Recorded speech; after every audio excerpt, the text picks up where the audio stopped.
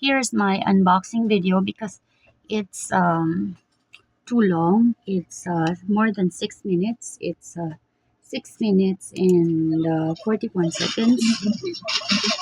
So I put it on YouTube. It's now playing on ×2, so hopefully it will fit three minutes.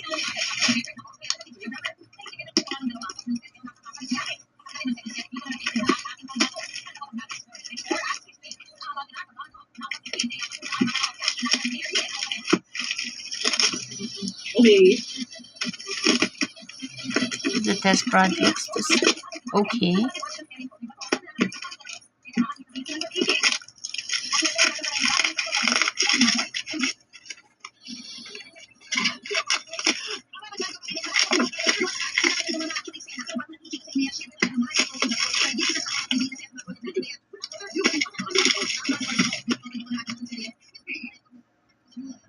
Ano yung bakit ganun? Nawakan ko lang nag-green. So 1, 2, 3, 4. Check. Now I'm checking the analog meter. It's not powering on. I put the prods on the ohm meter and it still did not respond. Next one. Ba't walang resistance? So there's no resistance. At first, the knob was not set correctly. Hello. But when I set it correctly the second time, Ayun, next one. Yan talaga. it still did not work. Bakit mag-share ko?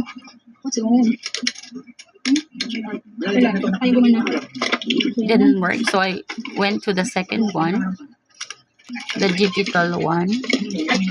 The problem with this is the battery does not fit inside. And even if there's no load, the value for the ohm is 1.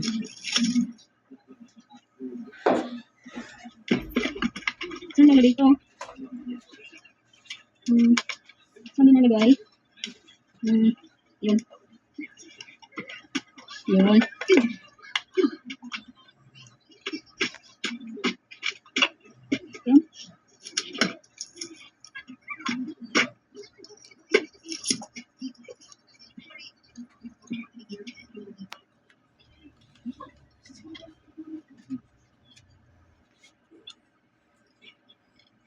Okay.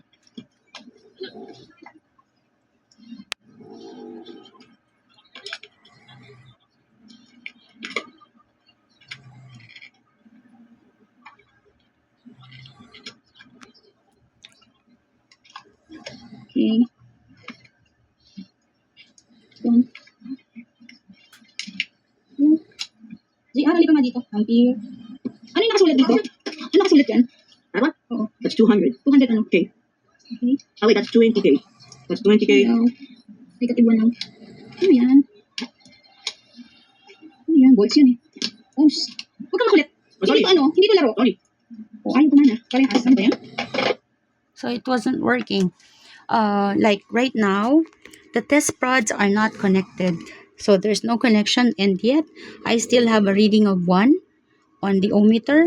And then if I change the value, it's still 1. And then my complaint is that there are values appearing for the ohm meter even if the